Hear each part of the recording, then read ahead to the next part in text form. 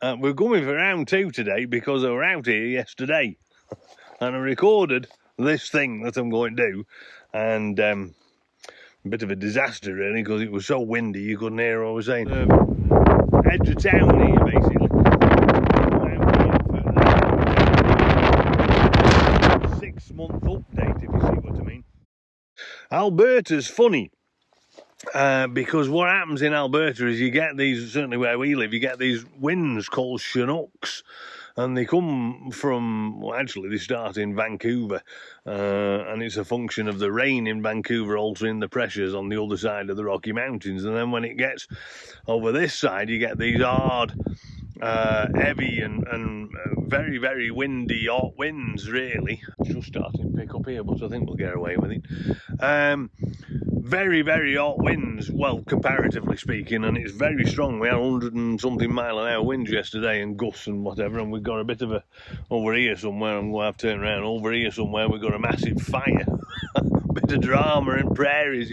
And, you can see behind me here, bit of drama really, it's on fire somewhere. Of course, with the winds being as windy as they are, when you do get a fire, it's all... you can see these are prairies here, can't you? I'm showing you things. This is maybe a Land Rover thing, but this is what they call the prairie. It's flat, you can see, can't you? You can see how flat it is.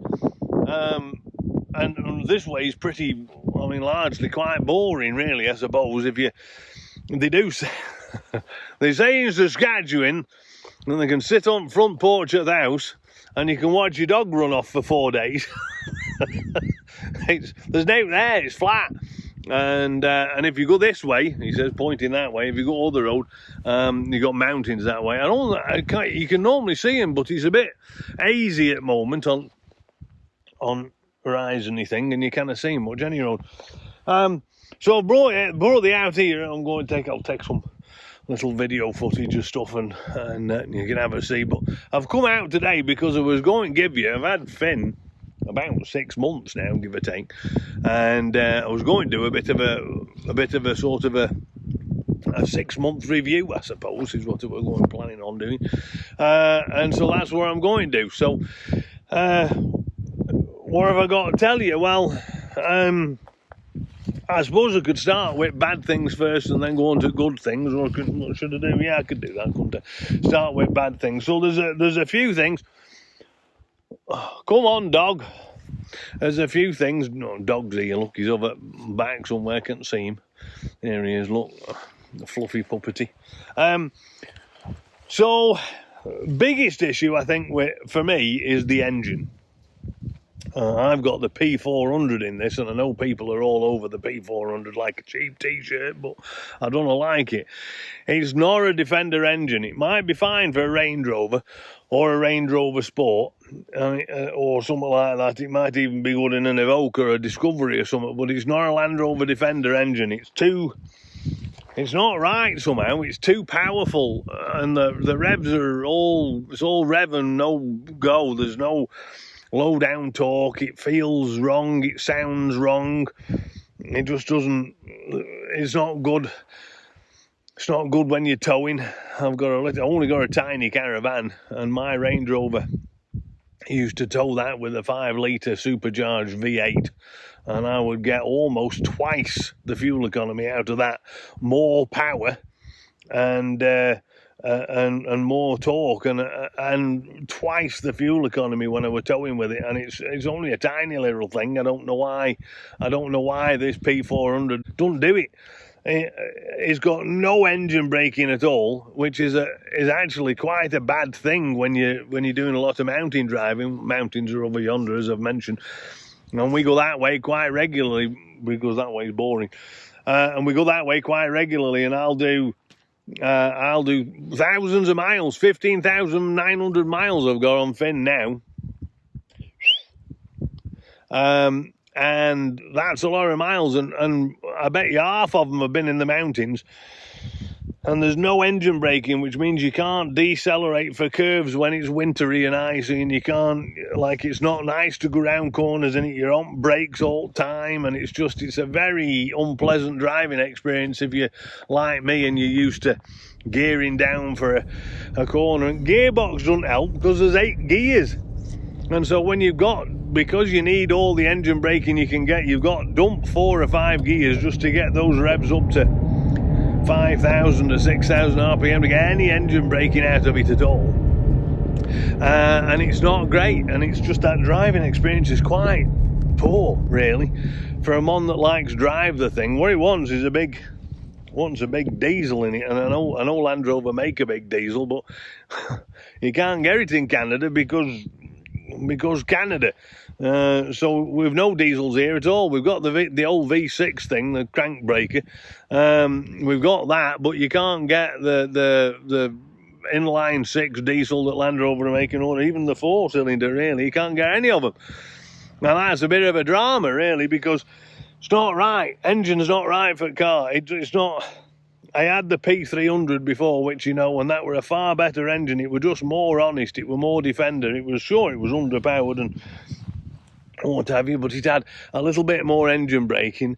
It were better matched at gearbox. This thing, when you go round a corner in a little housing estate or something like that, and you come to a turn, and it wants put it into second, and then as soon as you press the gas, of course, it realises it needs being third, and it gets all confused about what gear it's in, and it's not good. It's not good at all. And I dare say that if you're used to Range Rovers and sports and things, I'm sure it'll be fine. But if you're a Defender mon, like I used to be, if you had Defenders back its day, then we never really had power. It wasn't about power. Like, Defenders get where they get through grit and determination and a tiny little engine and a bunch of gears and good design, I suppose. And this thing's got the design, and the gears, I suppose. It's got all gears on planet, but it's not right. Engine's too much power, too much rev, too much, and no decelerate, it's just wrong.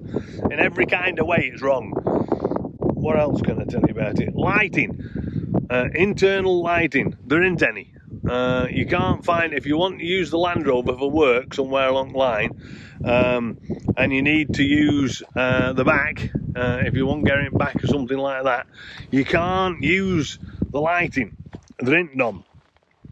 They've got 2 little lights that are fastened in the back of the tailgate, and they're halfway up the body, and that's a problem, because if you've got stuff in back, if you've got a load, then you can't see into the load, if you see what I mean. So if you've got a bag or whatever, you just can't see in, or toolbox or something like that, you just can't see in, and it's a bit of a sort of a waste of time, really.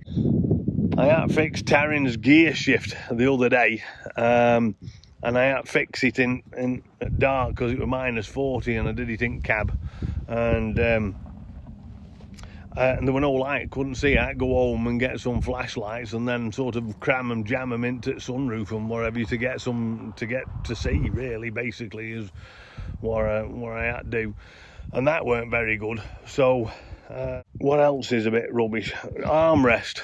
It needs an armrest, and gear shift's in the wrong place.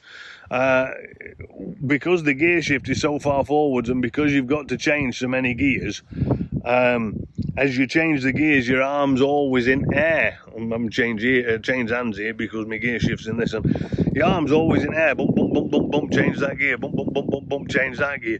If you had armrest that you could put your arm on and then lean forwards for the gear shift, that'd be all right. But that's not the case, because they've put that centre console in, and your arm's too low and it's too far back to reach the gear thing. It needs paddles, really, I suppose. If you had paddles, you'd be halfway there. That'd make job a bit easier. In terms of off-road, I've used it a lot off-road. Not heavy duty off-road, but off-road. In the snow, the back end's skittish, and I don't know why.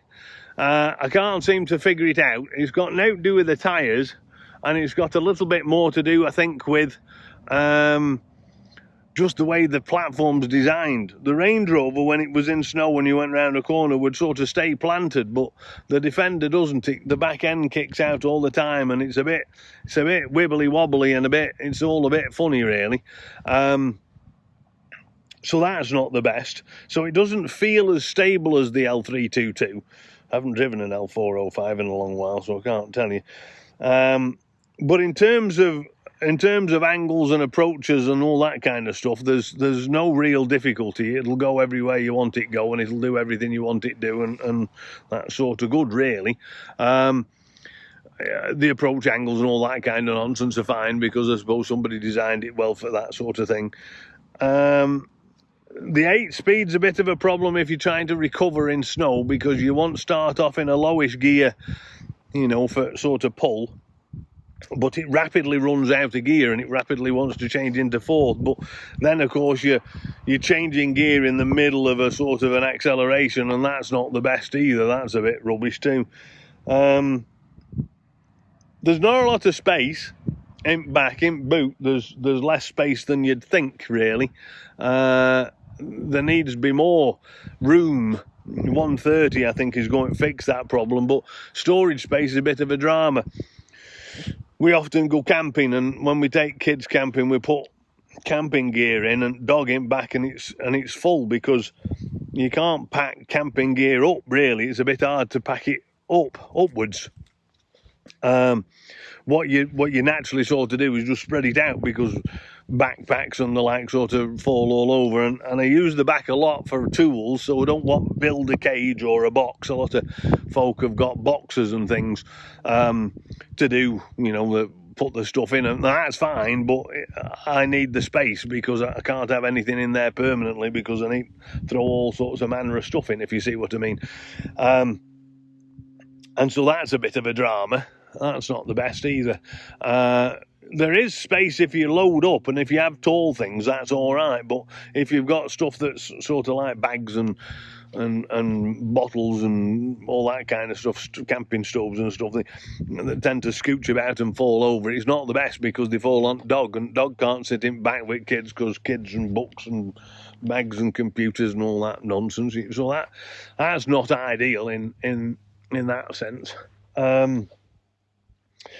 But in terms of off-roading and kind of ability, you know, everything's there, because it's meant to be, isn't it, I suppose. You know, it's designed. I know the chap who designed the off-road capabilities, and it's pretty all right, really. I still don't think it's as planted as the L322. I would say it's equivalent in some circumstances to my Range Rover Classic, but not in every circumstance. It's probably better when it picks a wheel up in the air, but it's not as good in terms of the sensation of plantedness and of agility, although it is more agile than the L322 and the and the D3 and D4, which felt a little heavy and saggy. This one doesn't feel like that. It feels a bit more nimble and a bit more able. I've still to figure out what the benefit of TRS2 is. I've used it a number of times, and it's meh. Automatic terrain response system, or whatever they call that thing, ATPC, TPS, that I don't use. I've never used it. I've fiddled with it once or twice. I did a video on it. Still find it functionally useless. There's a gentleman that I'm friends with on the Facebook, and he uses his a lot when he wants to set a speed to go over a sort of desert road, but I don't understand why you can't use cruise control, seeing as that's what that does, and it'll work from quite low speed. So why you would need the ATPC, I can't tell you. Hill descent control is useful. That kind of thing is handy, but that's been on since day one, really, hasn't it? Well, not day one, but since the early discoveries, that's been on there, so that's not really a new thing. I would have liked the differential in it. I haven't noticed not having it, because it does go anywhere you want it to, but so I haven't really noticed not having it. And after speaking with people that have had it, I think the times in which it is beneficial are very few and far between. It might help you with that skittishness of the back end, maybe, possibly. I can't tell you for sure, because I've not driven one, so I don't know. I mean, I'd like it. I would have much preferred to have spent that money.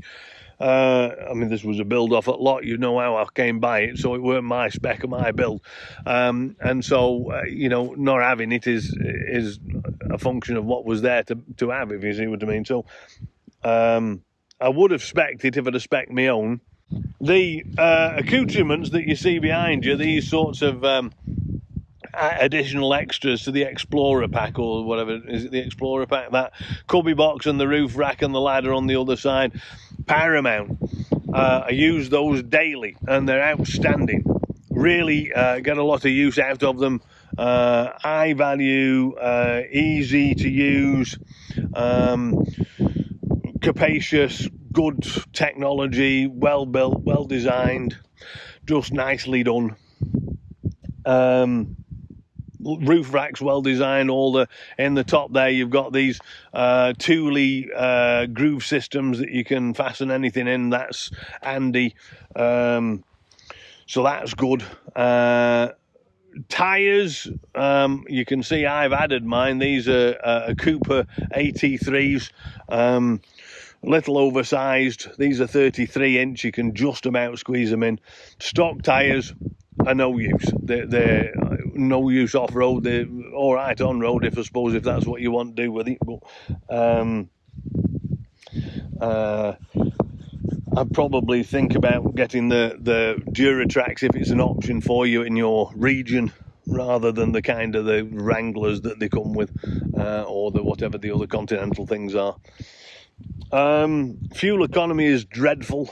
My 5.0 supercharged V8 with more horsepower, more torque and more engine braking was about 1.5 miles, 2 miles to the gallon better off, and double the fuel economy when you're towing with the old V8 compared to this P6, P400. The tow bar's a bit of a drama.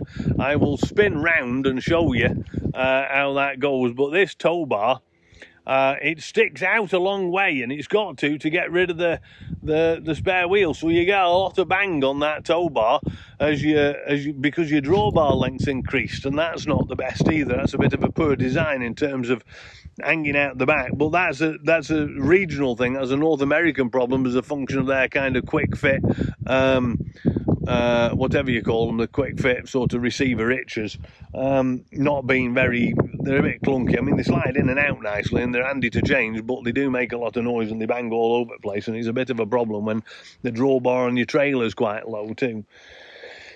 That clear sight camera, don't see the point.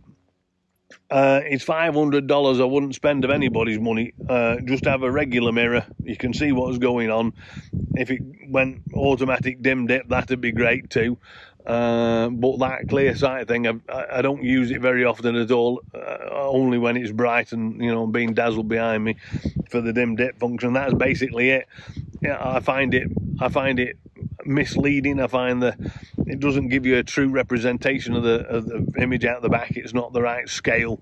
Doesn't match any of the scale of the other mirrors. So if you use your mirrors a lot and then you look in the back clear sight thing, the scaling's all wrong. So it gives you the wrong impression of how far backwards you're going, how far forward you're going, how close the thing is behind it.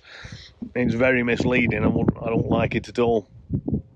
My sunroof's chipped because we've had a stone chip fly up. Despite having the roof rack on, we've got a stone chip up there, and I have a feeling that if I'd have spec'd the car, I wouldn't have spec'd the sunroof. It's very nice inside to have it. It's nice and bright and all the rest of it, but it's $4,000 change the sunroof. Now we've got a crack in it.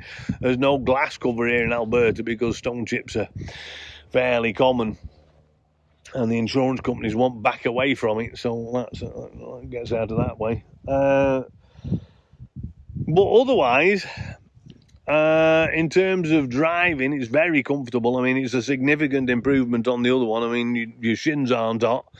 Although I should mention that the heating of the feet is very poor, considering other vehicles had the Range Rover. That's much better on feet heating. There is a technical service bulletin out about that, so I'm not entirely sure whether that's sort of accurate or not. I don't know whether it's right. I don't know whether mine's right. It's going in a couple of days to just have a check up from the neck up, as it were. And they might have a look at it there to see if that the heating is right, the distribution of air. But my feet get very cold, and I can't warm them up when the rest of the cabin's red hot. I can't seem to do anything about my feet. It's a bit of a drama, but it is warm and my shins aren't hot. It's dry. You don't get any water inside cab, at least not yet. The seats are very comfortable. There's been a lot of noise about the seats gathering up. I've got the cloth seats in this because I don't want the leather, and there's been a lot of noise about seats getting dirty and not being able to be cleaned and rousing up a bit funny. And I haven't had that experience at all. Mine are, I mean, I suppose they're dirty, but they're dirty because I work, you know, and get anything, and you sort of just move dust and chippings and sawdust and all sorts of manner all over stuff everywhere. The floor wells are nice. The mats are good. They keep all the dirt out, and they're nicely curved around the outside, so they're actually very good. They keep the interior quite clean, if you see what I mean. Seats are comfortable, largely. I think I'm not a fan of the electric seats. I mean, I don't mind them. I like them in the Range Rover, but I don't know that I would see the point of them in here. And I think if you remember me telling you about the P400 that I had that was an S, I was very happy to have a sort of a ratchety seat, to be honest. Taryn doesn't drive it enough that the memory seats are sort of important. But they are very comfortable, and the heated seats are nice, of course, but they had those in the old Defenders, didn't we? The infotainment system's good, the technology in that's good. The Pivi Pro is a significant upgrade from other things. Having said that, I jumped into an Audi the other day that was a 2016, a 2017 or something like that, and it was perfect. The infotainment system was a lot better. Had a bit of a tactile knob thing, and the Pivi is quite simple, but it's and easy to use. And there have been some software glitches here and there, but nothing really, for me, nothing really, untoward. I don't dislike it, but I don't know that it's any better or worse than a 4 or 5 year old Audi system. The inside's spacious enough in the front and the back, like the first row and second row seats, but the back's a bit short on space. The drive's very good. It's very smooth. It's very quiet. It's just as quiet, if not quieter, than the L322. And if there was some sort of an armrest, it'd be just as comfortable. But the armrest is a bit of a bugbear in the sense that there isn't one, and that means that long distance trips are a little bit more uncomfortable than you'd want them to be, if you see what I mean. I could do thousands of miles in the L322 in a trip without feeling sort of tired, but the lack of armrest does play on your shoulder, and it plays on your driving and your gear shift positioning, which is a bit of a drama. And so you do feel a bit sort of, with your neck, you feel a little tired after a while with the lack of that. In terms of reliability, I haven't had any dramas with it. Mine's been bulletproof. Well, this one has anyway. It's been bulletproof. I've got a couple of little warranty issues. The auto stop starts never worked, but that's a calibration issue that they never had time to sort of get on with. When I bought the vehicle, it was 2. They'd only had it on lot an hour. It only just had time. Well, they had to PDI it for me, specially for that time. So they didn't get a chance to calibrate the 48 volt system, and so that's never worked. But I know why. There's been no other mechanical issues. I did have that coolant drama thing when it first happened, but I put a bit of coolant in it. And Jip, don't go down there. There's rattlesnakes. There's been some coolant issues with them where the coolant needs topping up and the sensor's a bit adrift. It says in the TSB the sensor comes adrift. I don't know that mine came adrift, but I did have to pour a bit of fluid in it. Other than that, it's been grand. Now, Taryn said to me this morning, what are you going to say about the review? And I think in conclusion, I'm going to say, I don't know that I'd buy it again. As much as I like it, and I'm going to just move forward so you can see, as much as I like Finn, I don't know that I'd buy it again, because of the issue with the transmission and the engine. it's just such a poor engine option and so poorly matched transmission with no engine braking that if you actually drive the car, I'm not going to say properly, that's not what I mean, but if you drive the car using your gears, or you come from driving trucks, or like big trucks, semi-trucks, Arctic trucks, if you come from driving those things and you're used to changing your farms and you're used to changing up and down transmission to get engine braking and to slow your trailer down and not use the brakes, this is not the car for you. It demands that you stomp on the brakes all the time, which is very uncomfortable for me. I don't like it in the slightest, and I've no idea how long brakes are going to last, but I've done 15,900 miles on them, and I can't imagine they're going to last very long. They looked half worn when I swapped tyres last night, so that didn't fill me full of enthusiasm. And so what I'm trying to say is, I don't know that this Defender with this engine is any better than a Discovery 5. And in terms of load space in the back, it's worse. And in terms of fuel economy, if you buy the TD6 in the Disco, it's worse, a lot worse, like twice as bad. It's also not as comfortable. I don't know that it's any more rugged or any more capable off-road. I mean, it might have slightly better approach angles, but I don't know that makes a lot of difference in real world. Come out of the way. There's a bloody rattlesnake down there. I've heard it.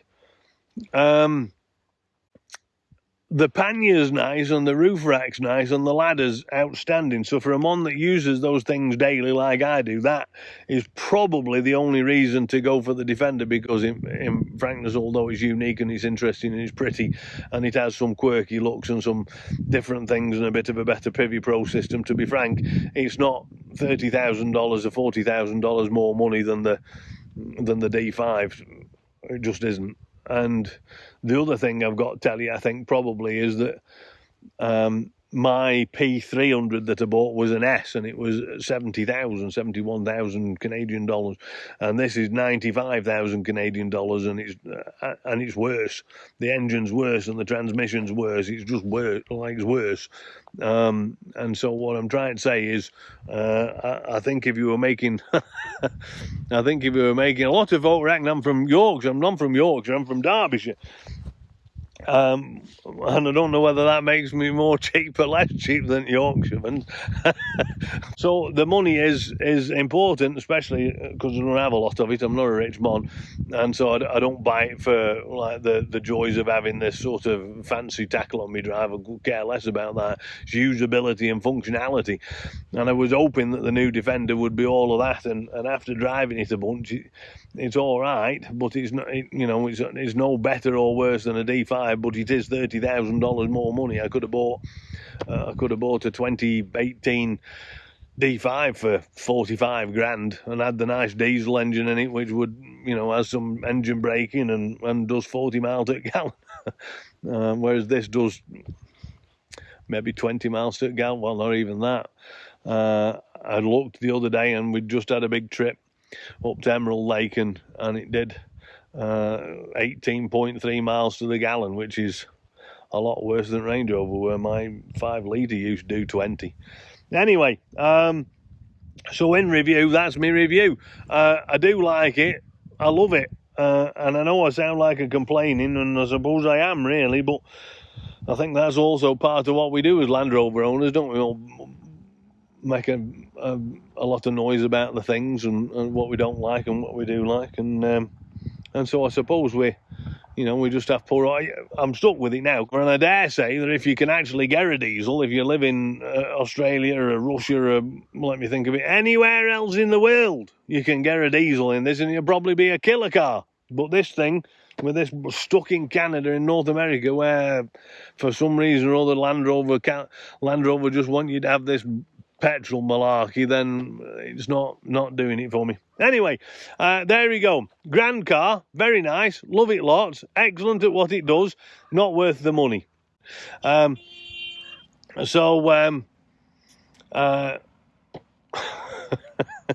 got to love this local town, haven't you, where people wave at you. You have no idea who he is, but anyway. So that's about all I've got time for. So it's good night from me, and it's good night from Finn. Thank you very much.